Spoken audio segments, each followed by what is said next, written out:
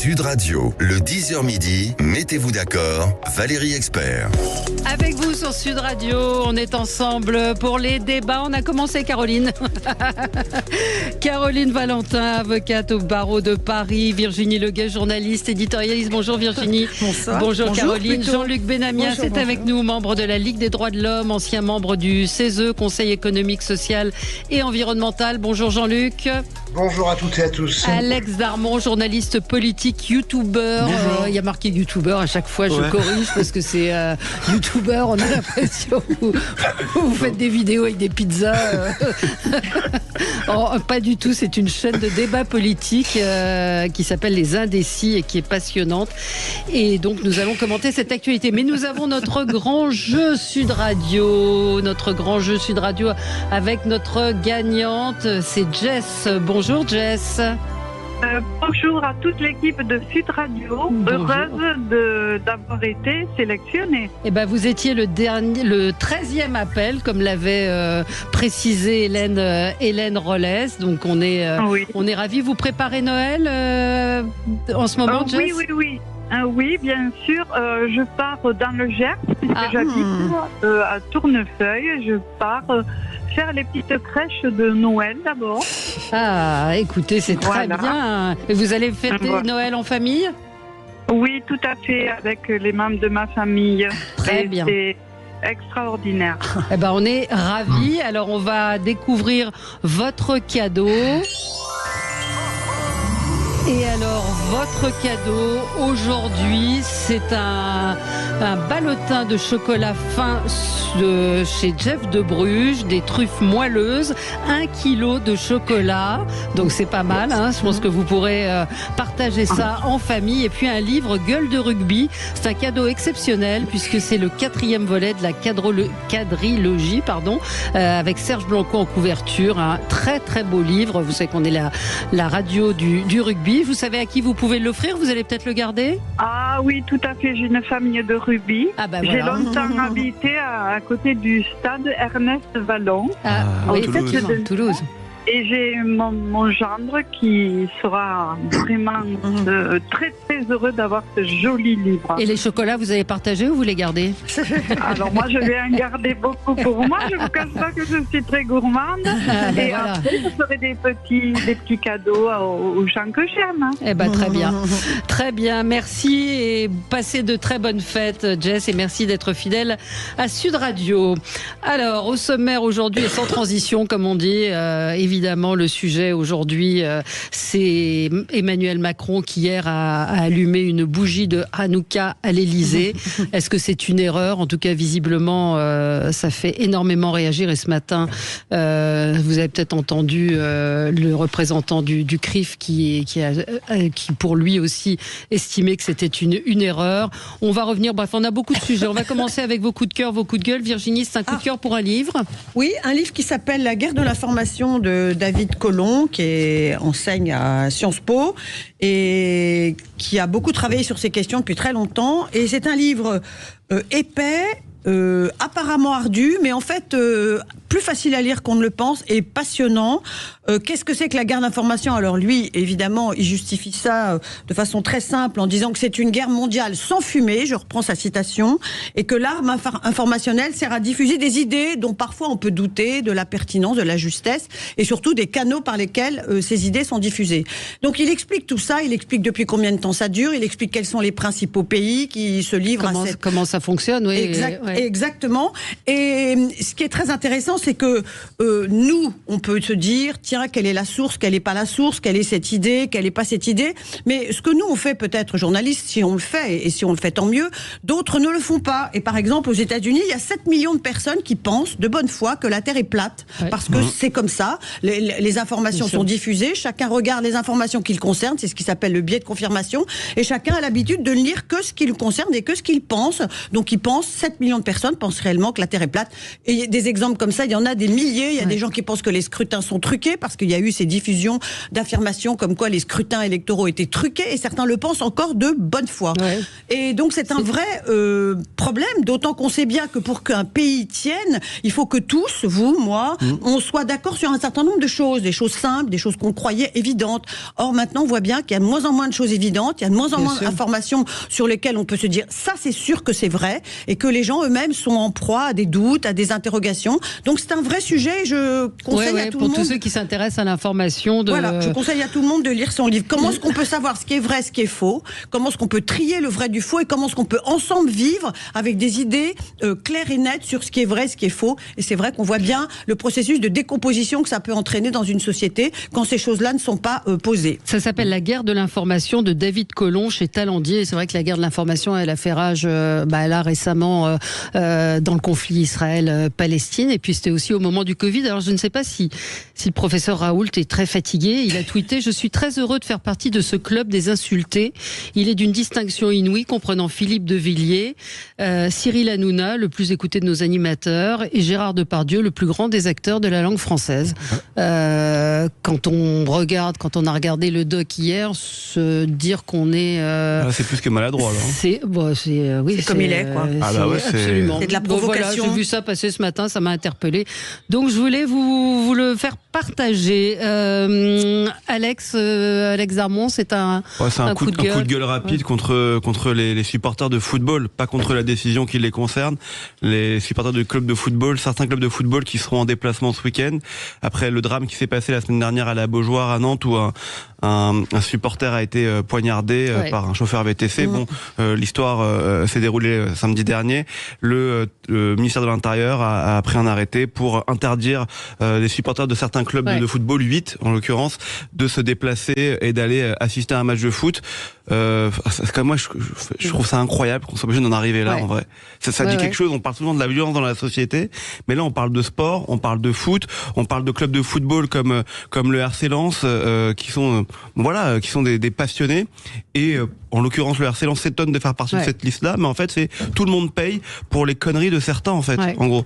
Et donc, sauf que c'est quand même d'une violence absolue. C'est dramatique, c'est dramatique. Et donc, en fait, on va avoir un vrai problème, c'est que aujourd'hui, si on en arrive à ça pour faire en sorte que les matchs de football et que les manifestations sportives se déroulent du mieux possible, c'est quoi la prochaine étape? Bien sûr. Parce que c'est pas ça qui va faire changer les abrutis qui vont dans les tribunes pour se battre avant les matchs, ou qui justement poignardent des gens qui vont voir des matchs de football. Donc moi je suis assez inquiet pour le foot en tant que tel, et quand on voit ce qui se passe à chaque match et avant chaque match de football, on critique souvent le PSG à tort, à raison pour plein de choses, mais au moins ils ont fait le boulot dans le stade. C'est-à-dire qu'ils ont viré les ultras et les hooligans, et aujourd'hui vous pouvez aller voir un match au Parc des Princes.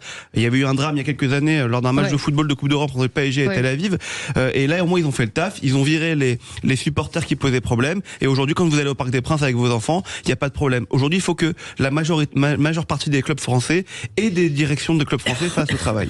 Jean-Luc Benamias, puis après je vous donne Virginie. Oui, je suis d'accord avec ce que dit Alex. Faut juste rappeler quand même que pour le PSG, ça a mis 25 ans, Alex. 25 ans avant d'arriver à régler le problème. Je me rappelle de Dominique Rocheteau quand il était chargé de ça au PSG, il avait malheureusement pas réussi. Voilà, il existe des groupes ultras. Souvent d'ailleurs c'est l'extrême droite ou l'ultra droite, qui ne vont pas à un match de foot, qui vont là pour cogner les supporters d'un côté, cogner les supporters ou n'importe qui. L'histoire de Nantes est encore plus compliquée parce qu'il s'agit d'un chauffeur VTC là. J'ai suivi ça d'assez près, mais c'est assez incompréhensible. Je crois qu'on a besoin dans le monde du foot que les clubs fassent tous leur travail et que la fédération française de football fasse son travail réellement, parce que ça n'existe pas dans les autres sports réellement. Ça n'existe pas dans le rugby, tout le monde le sait. Les supporters peuvent être totalement mélangés. On l'a vu pendant la Coupe du Monde, il n'y a pas eu un seul incident. Donc voilà, malheureusement, ça donne des drames extrêmement importants, des morts. Ce qui s'est passé aussi à Marseille a été par rapport à l'Olympique Lyonnais, mais enfin, certains supporters de l'Olympique Lyonnais aussi, on a rajouté des couches. Enfin, tout ça demande une régulation extrêmement importante, et que les clubs réellement prennent des décisions beaucoup plus rapides que ce que bon, c'est pas facile, hein, mais qu'ils en prennent vraiment des décisions par rapport à certains groupes de supporters. Oui, Virginie, vous voulez réagir aussi? Oui, on a l'impression d'une forme d'aveuglement ou de lâcheté des directions de clubs qui, depuis des années, voient bien que ces incidents se multiplient, qui ne font rien. Et il me semble que si réellement on avait pris le problème à bras-le-corps, on n'en serait pas là aujourd'hui. C'est-à-dire que ceux qui commettent ces actes se disent on risque pas grand-chose. Et s'ils risquaient quelque chose réellement, je pense que ça serait dissuasif. Et je voudrais saluer, de façon plus générale d'ailleurs, ce que je trouve être le courage de la ministre Oudéa Castéra, qui, elle, quand elle est arrivée, elle s'est attaquée à une série de bastions, de citadelles. Pardon de le dire, hein, je ne veux pas faire mon couplet féministe, mais avec des hommes de plus de 50 ans qui étaient là depuis des années et qui défendaient mordicus leur précaré. Et petit à petit, elle a réussi à imposer, parce qu'elle l'a imposé, parfois de façon extrêmement ferme, des décisions qui n'auraient pas été prises sans ces interventions. Allez, on se retrouve dans un instant avec vous sur Sud Radio. Tout de suite, c'est l'heure du journal. À tout de suite. Sud Radio. Sud Radio. Parlons vrai. Parlons vrai. Et tout de suite, les pronostics hippiques de Jean-Paul Delperrier. Jean-Paul, bonjour. Vous êtes à Vincennes aujourd'hui. Eh oui, bonjour ma chère Valérie, bonjour à tous. Nous serons ce soir, comme tous les vendredis, en nocturne avec un départ prévu à 20h15 pour le prix Phobos sur les 2700 mètres de la grande piste où ils seront 14 au départ. Dans le numéro 5, Jalnager qui sera ma base devant le 7, Jolie Gravure, 14, Jolie Smart, l'As Jacinthe des Ulmes, 8, Gitam Vallée, 9, Jessie des Pistes et 12, Génufa. 5, 7, 14, As, 8, 9 et 12. La sélection du jour à Cagnes-sur-Mer en Réunion 3 course 5 avec le 10 Parasol. Et encore hier, si vous avez suivi le pronostic de Sud Radio, vous avez touché tiercé, quarté et quinté. Sud Radio, le 10h midi, mettez-vous d'accord, Valérie Expert. Mettons-nous d'accord aujourd'hui autour de Caroline Valentin, avocat au barreau de Paris, Virginie Leguet, journaliste et éditorialiste politique, Jean-Luc Benamias, membre de la Ligue des droits de l'homme et ancien membre du Conseil économique, social et environnemental, et Alex Zarmon, journaliste politique. On peut vous retrouver sur YouTube. Les Indécis, c'est votre chaîne de débat politique. Emmanuel Macron qui allume une bougie de Hanouka à l'Elysée. Est-ce que c'est une erreur? En tout cas, on voit qu'il y a une massive réaction qui estime que c'est effectivement totalement déplacé. On va revenir sur ce sondage. 78% des musulmans considèrent la laïcité comme liberticide. Les Français très inquiets à propos de la menace terroriste. On revient sur tous ces sujets avec vous. Caroline Valentin, vous vouliez dire un mot, réagir au coup de cœur de Virginie Leguet qui nous conseillait ce livre de David Colomb, La guerre de l'information. Vous vouliez en recommander un autre, oui? Oui, absolument. Géraldine Mühlmann a récemment publié un livre qui s'appelle Pour les faits, aux éditions Les Belles Lettres. Elle était l'invitée des matins le 22 novembre 2023 sur France Culture. Et elle racontait lors de son intervention qu'il y avait eu une série France Culture en 2006 sur le conflit israélo-palestinien. Et ce qui était extrêmement intéressant, c'est que d'écouter des témoins et des acteurs palestiniens et des témoins et acteurs israéliens témoigner, et que, en fait, les Palestiniens avaient en tête la Nakba, et alors que les Israéliens avaient en tête surtout la Shoah, et qu'il y avait donc, il ressortait une impossibilité de s'entendre sur une réalité commune, sur des préoccupations communes. C'est ça. Oui, on va certainement en reparler. C'est exactement ce que vous avez dit. C'est ce qui fracture toutes nos sociétés, l'impossibilité de s'entendre sur des choses communes, des valeurs communes. Absolument. C'est le cas d'ailleurs de ce fameux sondage dont on va parler. Absolument. On va y revenir dans un instant. Jean-Luc Benamias, vous, c'était un coup de gueule autour des Jeux Olympiques et des déclarations autour des JO. Exact. Les Jeux Olympiques, normalement, quand on les obtient, on les a obtenus en 2017 par rapport à Paris, c'est une fête populaire qui s'adresse à l'ensemble des populations mondiales, mais aussi de l'ensemble de la population française, notamment sur Paris et Marseille, et même en Polynésie. Les déclarations multiples dernièrement sur le fait que dans des résidences universitaires, on demande aux étudiants de Saint-Denis de quitter leur résidence universitaire. L'augmentation du prix des transports, de transports collectifs, pendant ces Jeux en Île-de-France. Doublement du prix du billet, ainsi de suite. C'est-à-dire que augmentation, j'en rajoute une couche, des tarifs hôteliers et des tarifs de résidence sur la ville de Paris et limitrophes. Vraiment, on a organisé d'autres grandes fête sportive en France. Enfin, la Coupe du monde de rugby, championnat du monde de football et bien d'autres. Là, si on voulait ne pas faire des Jeux Olympiques une fête, un rendez-vous national et international réussi, on s'y prendrait pas autrement. Cette panique me paraît absolument illusoire. Je prends l'exemple des Jeux Olympiques à Londres, il n'y a pas si longtemps. J'avais eu la chance d'être invité une journée et demie à Londres pendant ces Jeux Olympiques. Je n'ai vu aucune panique à Londres par rapport à tout cela. C'est très surprenant. Voilà, moi je pense que les choses vont bien se passer, en dehors du sondage dont on va parler juste après, sur les risques évidemment d'attentats, c'est tout à fait autre chose. Mais voilà, arrêtons quoi. Je veux dire, la population francilienne, pour parler d'elle, a le droit de circuler pendant les Jeux Olympiques. On peut pas demander aux gens de télétravailler, tout le monde ne peut pas télétravailler. J'arrête là sur ce coup de gueule. Il y a une vraie question sur ces Jeux Olympiques, effectivement, on sait faire normalement. On sait faire.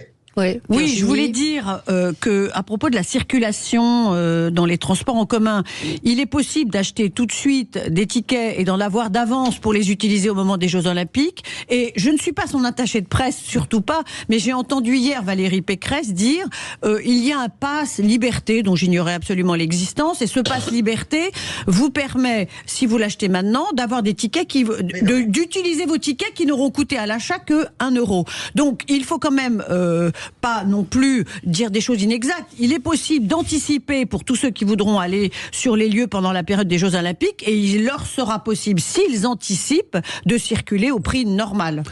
Sauf que les touristes vont arriver et vont payer 2 fois le prix. Je parlais des franciliens dont parlait Monsieur Benamias, bien sûr. Oui, absolument. C'est 2 régimes différents. Ceux qui arriveront juste pour les Jeux Olympiques, ça sera trop tard. C'est quand même les Jeux Olympiques, quoi. C'est l'événement le plus populaire au monde, les Jeux Olympiques. Et là, vous êtes en train d'expliquer à ceux qui habitent Paris et l'Île-de-France, et même aux touristes qui vont venir supporter leur propre pays, qui vont payer 2 fois plus un ticket de transport.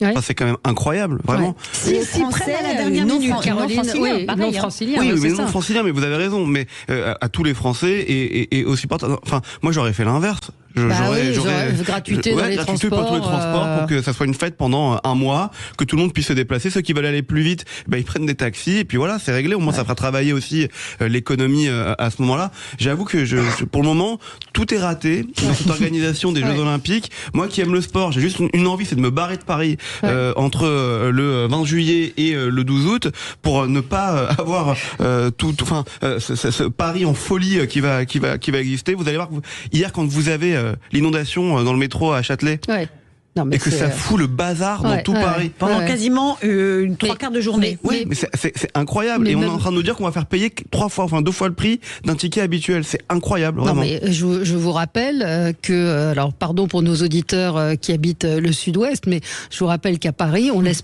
parfois des collaboratrices ici, je dis jeunes parce que ça concerne certaines d'entre elles, laissent passer jusqu'à 8 métros le matin, et qu'il y a parfois 6 minutes d'attente entre 2 métros. Enfin, est-ce que vous vous rendez compte de l'état des transports dans la capitale? Enfin bref. Vous vous rappelez de l'arrivée de Jean Castex? C'était quand même son objectif. Lui qui est un homme politique à la base, c'est son objectif de faire en sorte que le trafic parisien soit beaucoup plus fluide. Franchement, c'est raté. D'ailleurs, on l'entend pas beaucoup. Il y a une grande campagne de com. Je ne sais plus quel chroniqueur a fait un coup de cœur sur lui en disant que c'était un manager formidable, etc. Peut-être, mais en tout cas, dans les transports, on ne le ressent pas. J'aimerais bien l'entendre lui-même. Oui, Jean-Luc.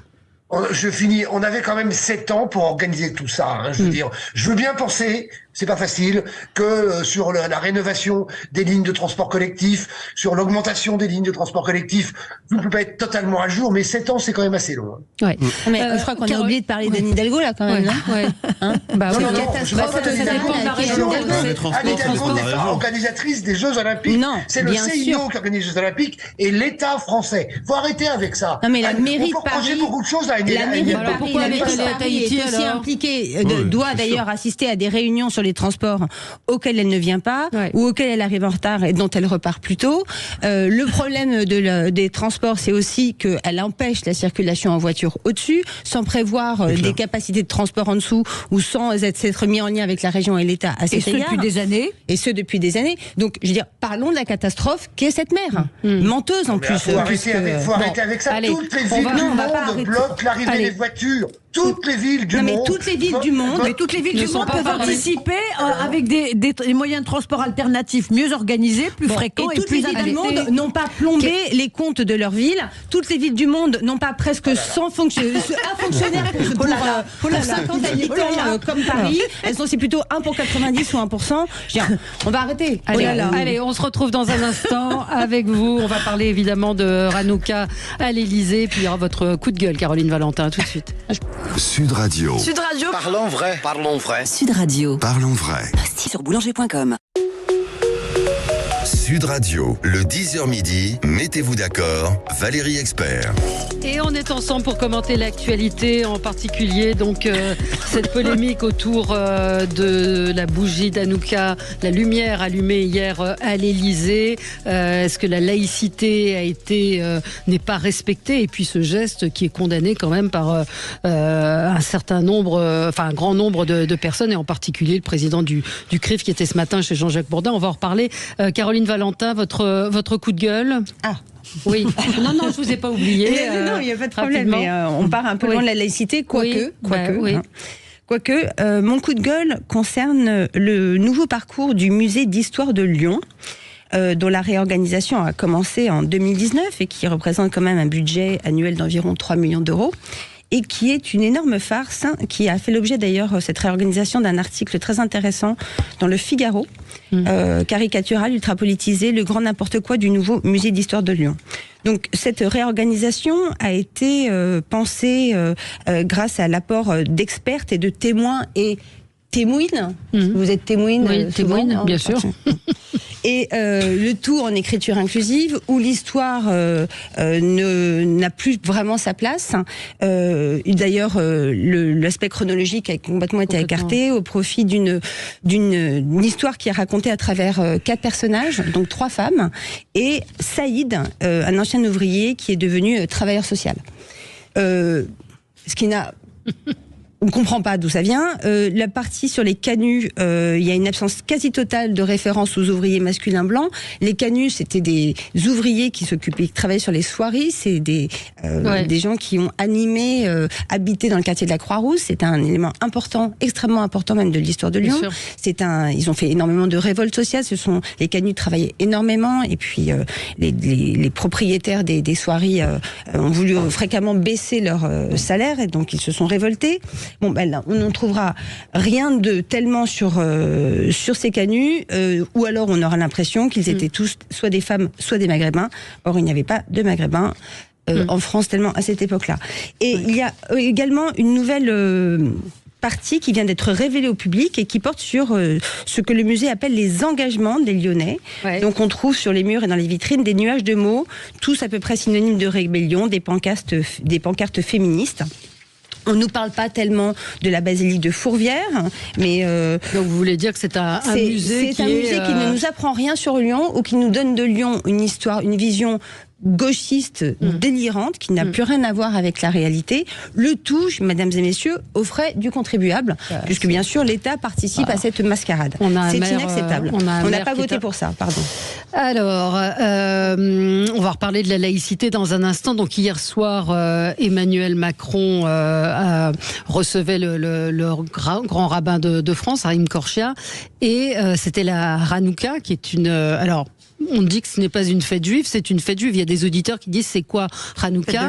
C'est la fête de la lumière. Ça veut dire inauguration. C'est par rapport au temple qui a été conservé par le peuple juif. C'est une fête qui découle du Talmud, mais c'est une fête juive. Oui, c'est une fête juive importante. Tous les juifs évidemment la connaissent, et donc c'est à l'Elysée que cette bougie a été allumée. Évidemment, ça a fait beaucoup réagir, et je vous pose la question, est-ce que le président de la République a commis une erreur ce matin? Écoutez le président du CRIF, Jonathan Arfi, écoutez ce qu'il disait chez Jean-Jacques Bourdin.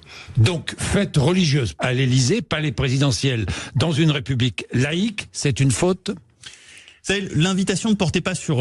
pour être précis, non. Oui, pour être précis sur ce qui s'est passé. L'invitation ne portait pas sur cette fête religieuse, et à l'occasion de ce prix, il y a eu cet allumage de bougies. Je pense que c'est une erreur et qu'elle n'aurait pas dû se produire. Ouais.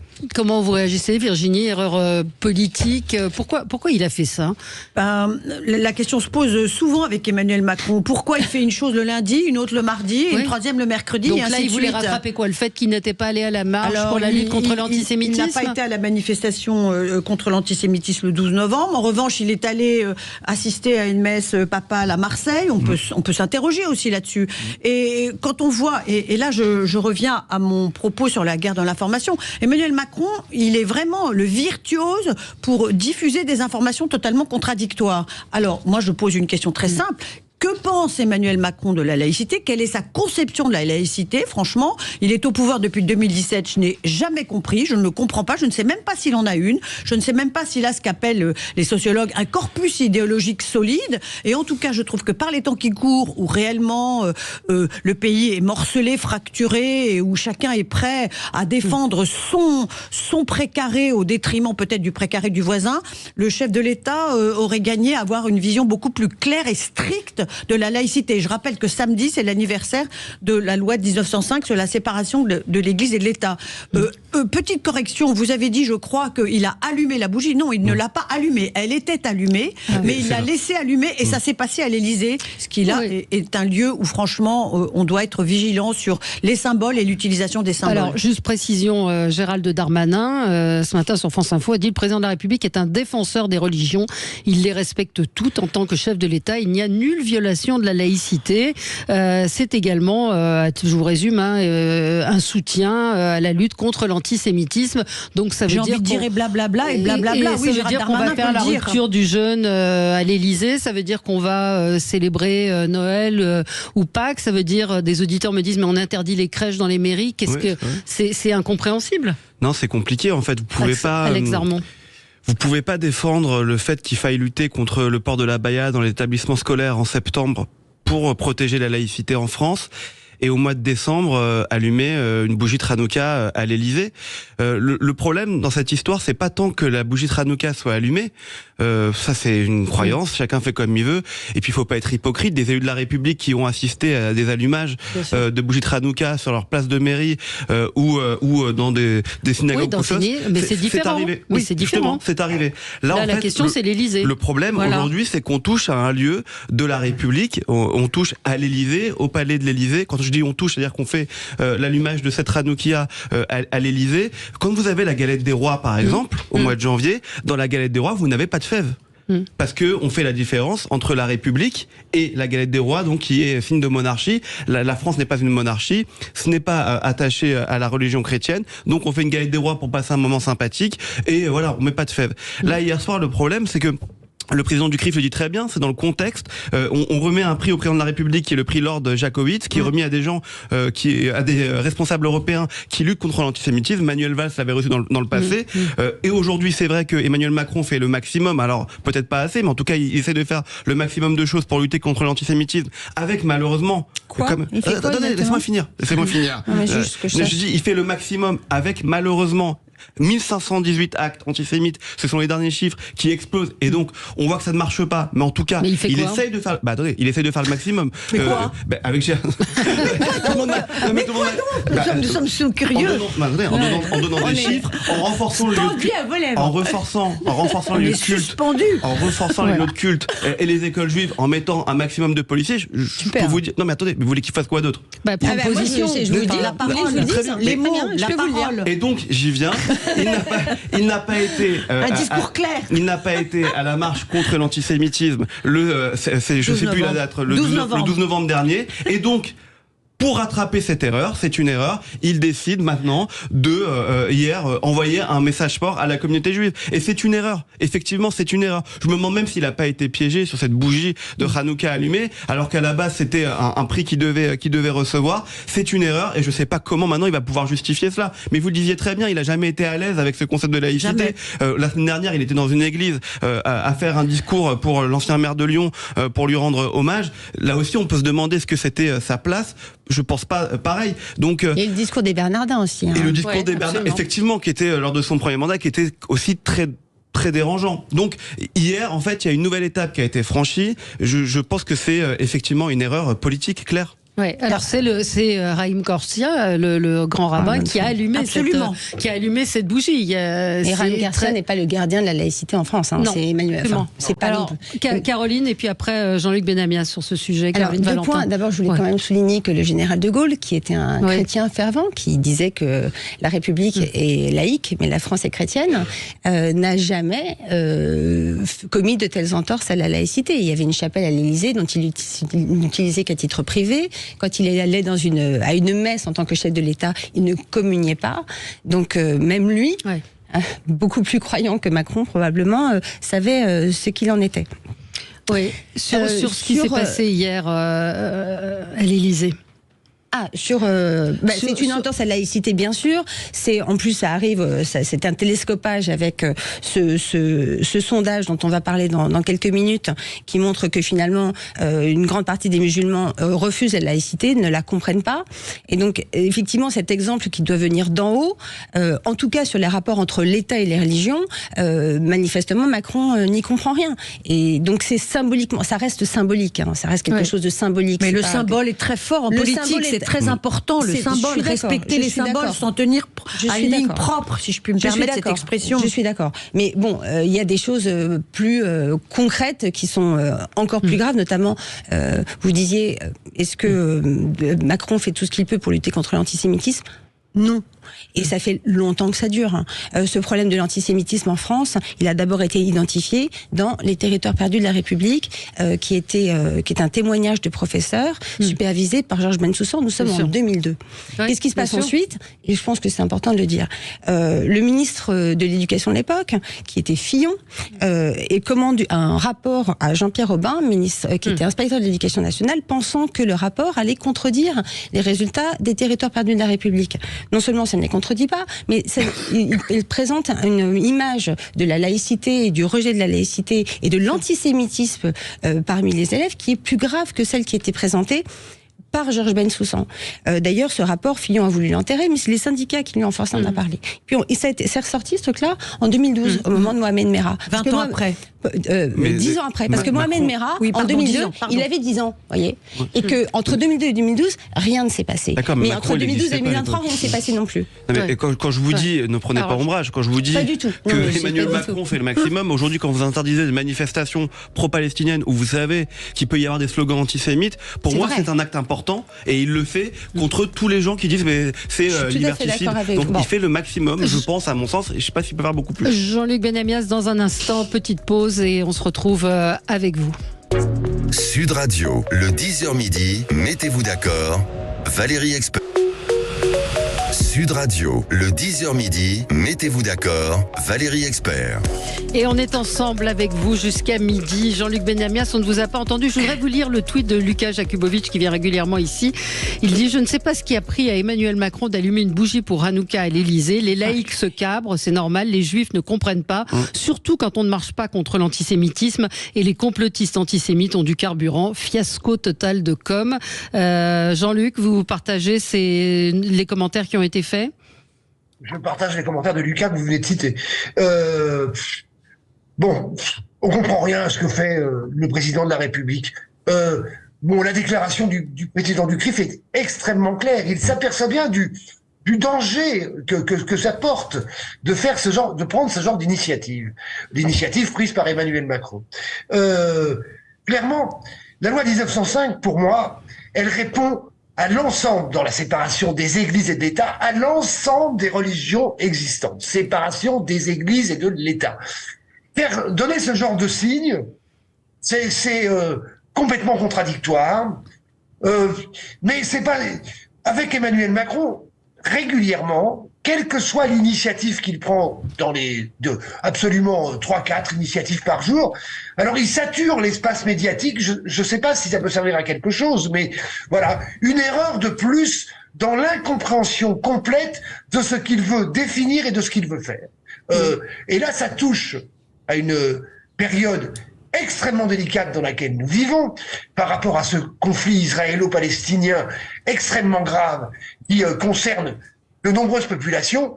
Là, à force de tout mélanger, je pense qu'il perd l'opinion publique et que dans le cadre de ce qu'on vit aujourd'hui, il n'est pas bon de perdre l'opinion publique. Il la perd ou il exacerbe les tensions qui existent? Il exacerbe, tel que c'est bien ce que disait le président du CRIF.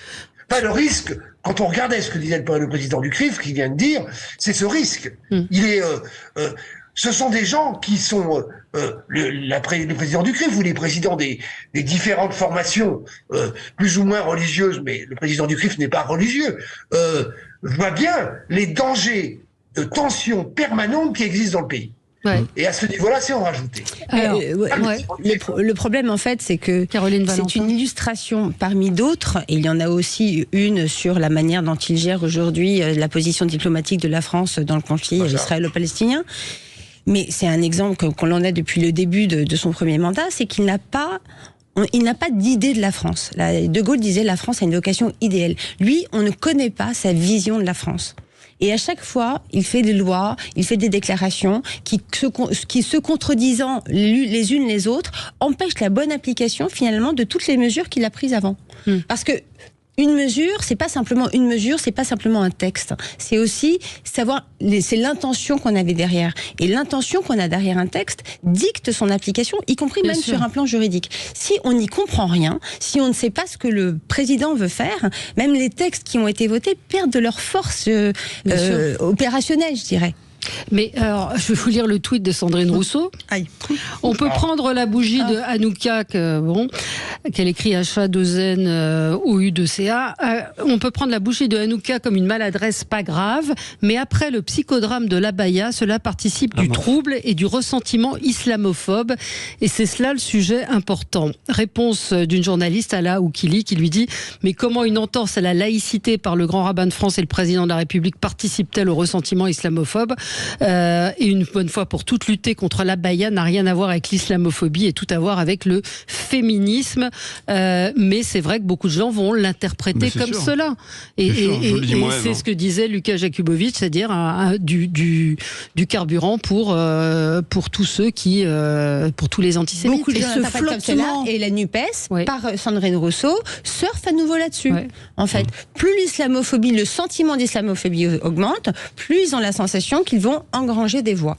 Et il me semble que ce flottement permanent d'Emmanuel Macron sur des sujets qui sont extrêmement importants crée une confusion dans le débat public folle.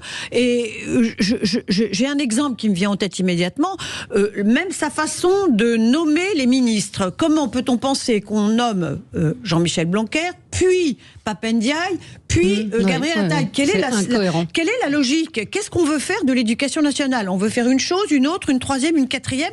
Et il y a tellement d'exemples de cet ordre-là que ça en devient franchement très dérangeant. Au moment du remaniement ministériel, quand Pape Ndiaye a été nommé, le grand truc d'Emmanuel Macron, c'était les bruits de couloir qui circulaient, c'est qu'en fait, il avait nommé un ministre d'une certaine tendance politique avec un directeur de cabinet qui représentait la tendance politique inverse. C'était son grand truc. Et en même temps, à l'intérieur même de l'organisation du ministère. Exactement. Et ben.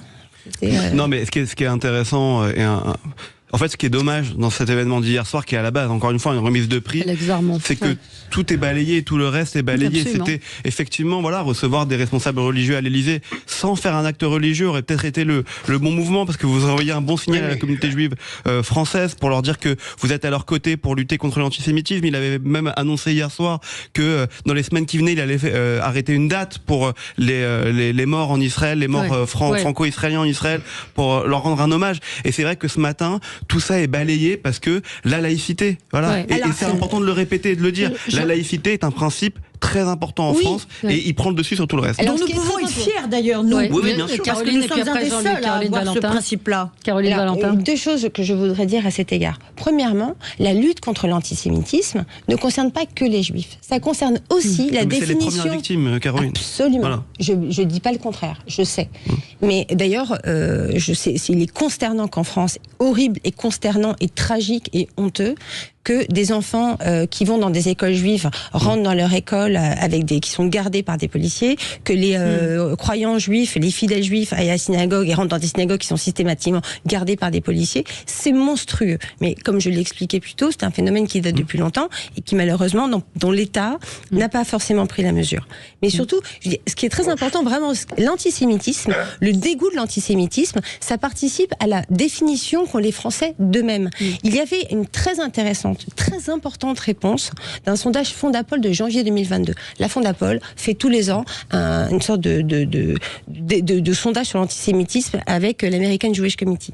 Et la question qui était posée aux Français, alors ils l'ont posée aux Juifs et au reste des Français, c'était: pensez-vous que l'antisémitisme est un problème qui ne concerne que les Juifs ou un problème qui concerne la société dans son ensemble? Eh bien, il y avait environ 75%, un peu moins de 75% chez les majorités, un peu plus de 75% chez les Juifs, qui pensaient que c'est un problème, que l'antisémitisme est un problème qui concerne la société dans son ensemble. Et c'est d'autant plus important qu'aujourd'hui, il y a environ 500 000 Juifs en France. Ça veut dire que sur les 70 millions de Français, il y a beaucoup de Français qui ne connaissent pas personnellement de Juifs. Eh bien, pour autant, ça reste une de leurs préoccupations principales. Donc la lutte contre l'antisémitisme, ce n'est pas simplement, c'est aussi pour protéger les Juifs, mais c'est aussi pour se protéger nous-mêmes, parce que le panache de notre culture, la beauté de notre culture, c'est précisément que notre principe national, notre concept de la nation, c'est un principe spirituel qui n'est pas ethnique, qui n'est pas religieux. Ouais, mais sauf que, on va parler de ce sondage. Il faut rappeler aussi que ce climat détestable se retourne aussi parfois contre les musulmans qui sont victimes en ce moment d'agressions, de tags particulièrement détestables. Il faut aussi le signaler. C'est ce qu'on me sur des mosquées. Sur des mosquées, c'est le climat qui est absolument. Jean-Luc voulait ajouter un mot. Oui, rapidement. L'État français, excuse-moi Caroline, a tout à fait pris conscience depuis plusieurs présidents de la République et plusieurs premiers ministres de la lutte nécessaire contre l'antisémitisme. C'est d'ailleurs pour ça que devant les synagogues, et c'est malheureux mais c'est ainsi, il y a des forces de police permanentes. Ça n'a jamais cessé depuis les différents attentats même à la fin du XXe siècle. Donc si vous voulez, clairement, je pense que à ce niveau-là, alors la situation est exacerbée en ce moment, évidemment, malheureusement, la géopolitique mondiale a totalement été bouleversée depuis une quinzaine d'années, ce qui donne des difficultés supplémentaires. Donc à ce niveau-là, ça demande de revenir, et je termine là-dessus, régulièrement à la loi de 1905 qui répond précisément à toutes les questions d'indépendance entre les religions et la République. Oui, non. Alors, moi, je voudrais juste répondre. Je réponds là-dessus ou pas? Oui, allez-y. Bon, le fait qu'il y ait des forces de police devant les synagogues et les écoles, c'est les conséquences de l'antisémitisme. Sans doute, mais ça reste une défaite. Sans doute, mais c'est une conséquence de l'antisémitisme. Ce n'est pas une prise en compte, ce ne sont pas des mesures contre cet antisémitisme. Et force est de constater que ça fait trop longtemps aujourd'hui que, je vais vous dire, en 2014, il y a eu des manifestations pro-palestiniennes dans lesquelles des slogans antisémites ont été hurlés. Il y avait à Sarcelles des pogroms qui concernaient des magasins juifs alors que des magasins arabes à côté étaient épargnés. Bon, il n'y a pas une réaction de l'État, il n'y a pas eu un programme de pédagogie spécifique contre cet antisémitisme-là, qui est particulier. Quand Georges Bensoussan a évoqué l'antisémitisme culturel arabo-musulman au micro d'Alain Finkielkraut le 10 octobre 2015, le parquet l'a poursuivi. Le CCIF, qui depuis a été dissous d'ailleurs parce que c'était un mouvement islamiste, s'est constitué partie civile. L'ALDICRA s'est constitué partie civile aux côtés du CCIF.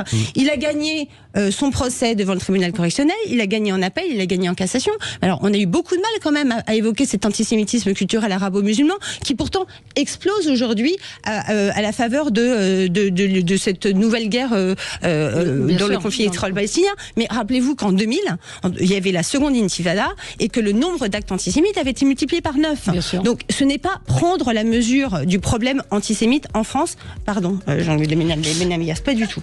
Bon, et malheureusement d'ailleurs. On se retrouve dans un instant avec vous. On va parler de cette enquête IFOP auprès des Français musulmans. Enquête qui également suscite beaucoup de réactions. Sud Radio, le 10h midi, mettez-vous d'accord, Valérie Expert. Cette semaine, écoutez Sud Radio et à tout instant, ouvrez vos cadeaux en direct. Au pied du sapin, des enceintes connectées, des tablettes tactiles, offerts par la Confédération des buralistes. Votre séjour féerique en famille au parc Futuroscope, avec les entrées pour 2 jours, une nuit avec les petits déjeuners dans un hôtel du parc pour 4 personnes. Des savoureux ballotins de chocolat et de truffes avec Jeff de Bruges et des tonnes d'autres surprises. Pour gagner, écoutez Sud Radio tous les jours et tentez de remporter votre cadeau qui vous attend au pied du grand sapin de Noël Sud Radio. Joyeux Noël. Augmentez vos chances de gagner en vous abonnant aux réseaux sociaux de Sud Radio. Il était une fois le roi des gourmands cherchant de quoi se régaler. Sud Radio, le 10h midi, mettez-vous d'accord, Valérie Expert. Alors, nous allons revenir sur cette enquête auprès des musulmans sur la laïcité et sur la place des religions à l'école et dans la société. C'est une étude, c'est une enquête IFOP, une enquête qui a été commandée par une nouvelle chaîne laïque franco-arabe qui s'appelle El Mania. C'est une enquête qui a posé un certain nombre de questions à des Français de confession musulmane.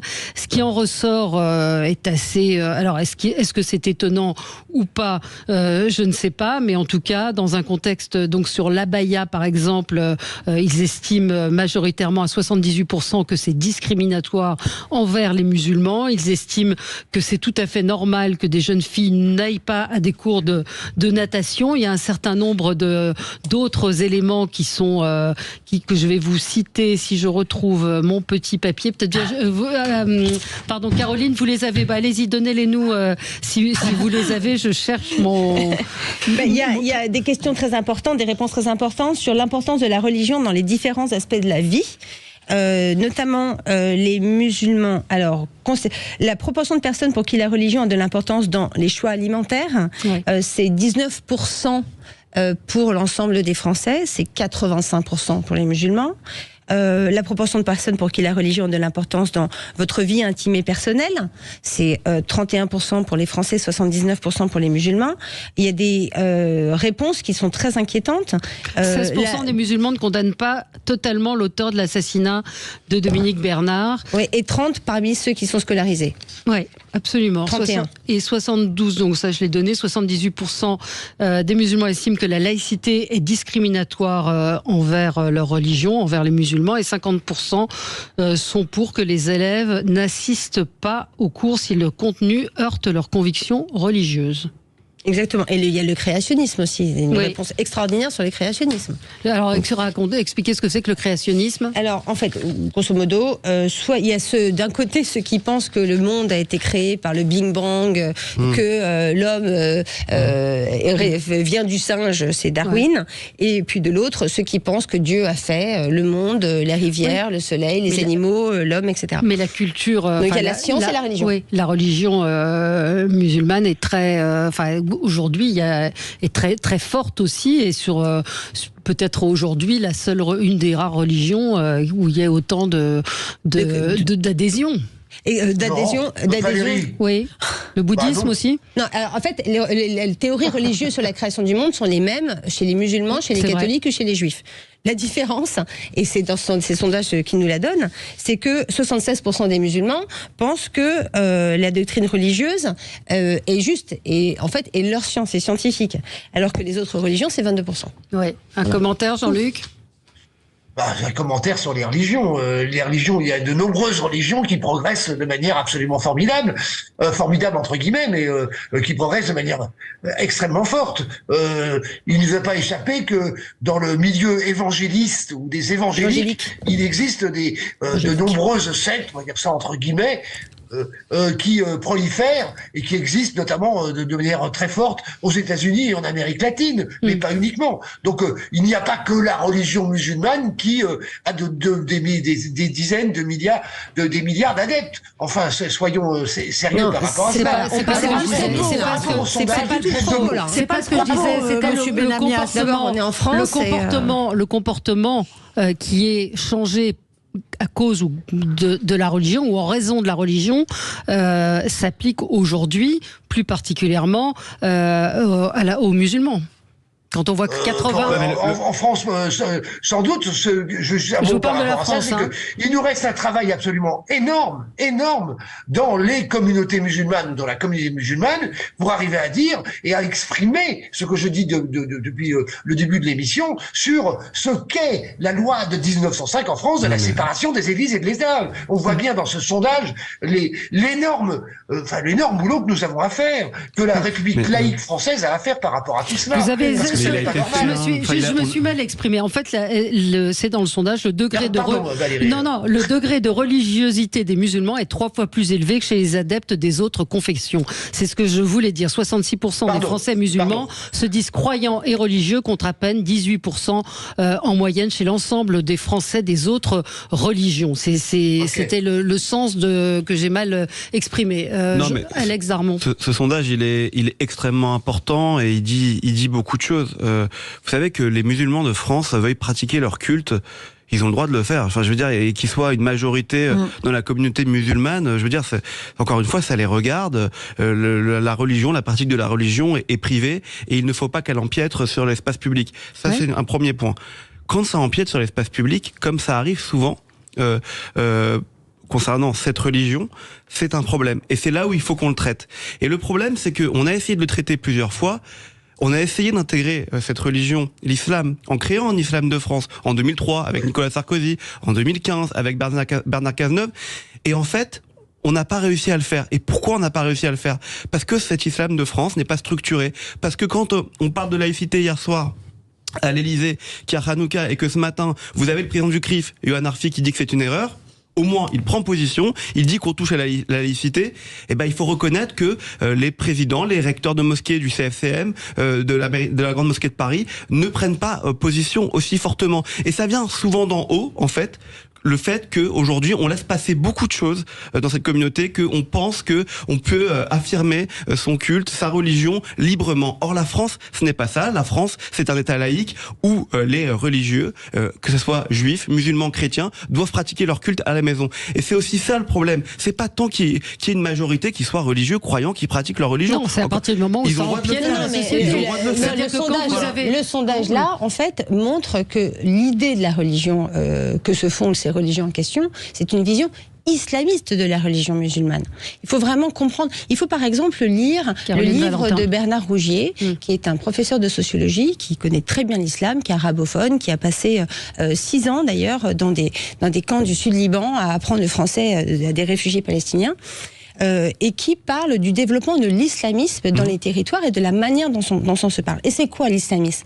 C'est une vision simplifiée, orthopraxe, orthodoxe de la religion musulmane, qui malheureusement, et c'est ce qui ressort de ce sondage aujourd'hui, est celle de 75% des musulmans de France. Voilà ce que ce sondage dit. Et c'est ça qui est catastrophique. Évidemment qu'on ne veut pas, ça pose un problème à personne que les musulmans pratiquent leur religion. Mais quelle religion? Et je vais vous dire, le problème c'est que la laïcité, on parle de la laïcité de la loi de 1905. Bon, d'abord on va rappeler que le mot laïcité n'est même pas dans la loi de 1905. Et que la loi de 1905, c'est une loi qui concerne les rapports entre l'État et les individus. Mais pourquoi est-ce que la France est laïque déjà? Il faut peut-être revenir à ça. Bien sûr. La France est laïque parce que la révolution qu'elle a faite, contrairement aux révolutions anglo-saxonnes, a instauré un lien direct entre l'État et l'individu. Là où les révolutions anglo-saxonnes ont instauré un lien entre l'État et les communautés, les individus. Là, j'entends M. Benamelias qui parle il faut parler à la communauté musulmane. Ben non, précisément, on ne veut pas de communauté musulmane. La France, le principe... Comme on ne veut pas de communauté juive, comme on ne veut pas de communauté bouddhiste. Je vais préciser mon propos. La nation au sens de Renan, c'est un principe spirituel qui repose sur 2 jambes. Une jambe dans le passé, qui est le sentiment que l'histoire est un legs indivis dont on est comptable, et une jambe dans le futur qui est une envie de continuer à vivre ensemble.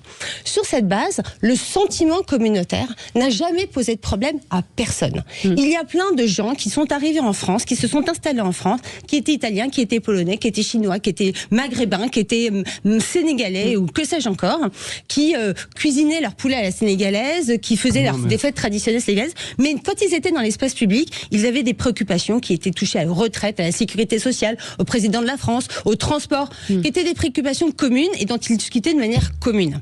Le problème, c'est quand ce sentiment communautaire, qui ne heurte en rien le principe de la nation de Renan, devient une expression communautariste. Et l'expression communautariste, c'est la rancune pour le passé, et ce qui anime beaucoup en fait le problème.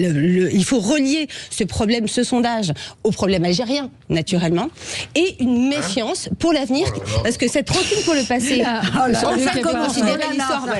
J'imagine bien justement, c'est bien parce que vous dites oh là là qu'on en est là précisément. Donc c'est la rancune pour le passé. Je crois pas, moi. Oui, il faudrait bien faire un examen de conscience. Qu'est-ce que vient faire l'Algérie là-dedans? Qu'est-ce que vient faire l'Algérie dans le problème musulman? Attendez, vous lisez un peu ou quoi? Je comprends ça pas. Va, merci. Évidemment que le problème algérien est au centre. Oui, alors, non mais vous lisez les gens qui s'y connaissent un peu, je veux dire, pas uniquement le sondage. Attendez, Virginie, déjà sur le sondage. Le sondage, et c'est peut-être ça le plus inquiétant pour moi, ne m'a quasiment pas surprise. C'est-à-dire que les résultats aux différentes questions, me semble-t-il, étaient prévisible, même si parfois on ne veut pas regarder ce qui se passe. Mais que les musulmans se sentent discriminés, qu'ils soient 75% à dire qu'ils sont favorables au financement des lieux de culte, 28% seulement sont d'accord avec la décision d'interdire l'abaya. On voit bien, et là franchement c'est une vraie question, on voit bien que cette communauté se vit non seulement comme une communauté, mais comme une communauté assiégée, contestée et privée de ses droits. Et cette communauté, tout à l'heure je ne sais pas qui a dit, il y en a certains qu'on entend et d'autres qu'on n'entend pas. Mais si on les entend pas tous, c'est que tous ne pensent pas la même chose et que selon les endroits où les musulmans vont, selon les lieux de culte, leur implantation géographique, eh bien ils n'entendent pas les mêmes discours. Donc certains sont travaillés d'une certaine façon, d'autres peut-être sont beaucoup plus pacifiques. Les troisièmes se vivent assez bien dans ce pays parce qu'ils y vivent depuis longtemps. Ouais, maintenant on a les chiffres. Et qui se disent malgré tout qu'ils ont de la chance. Il n'y a pas d'unité du tout au sein de cette communauté qui se vit assiégée. Merci à tous les quatre, très bon week-end. Tout de suite, c'est Alexis Poulain qui sera avec vous. Sud Radio. Sud Radio. Parlons vrai. Parlons vrai. Sud Radio. Parlons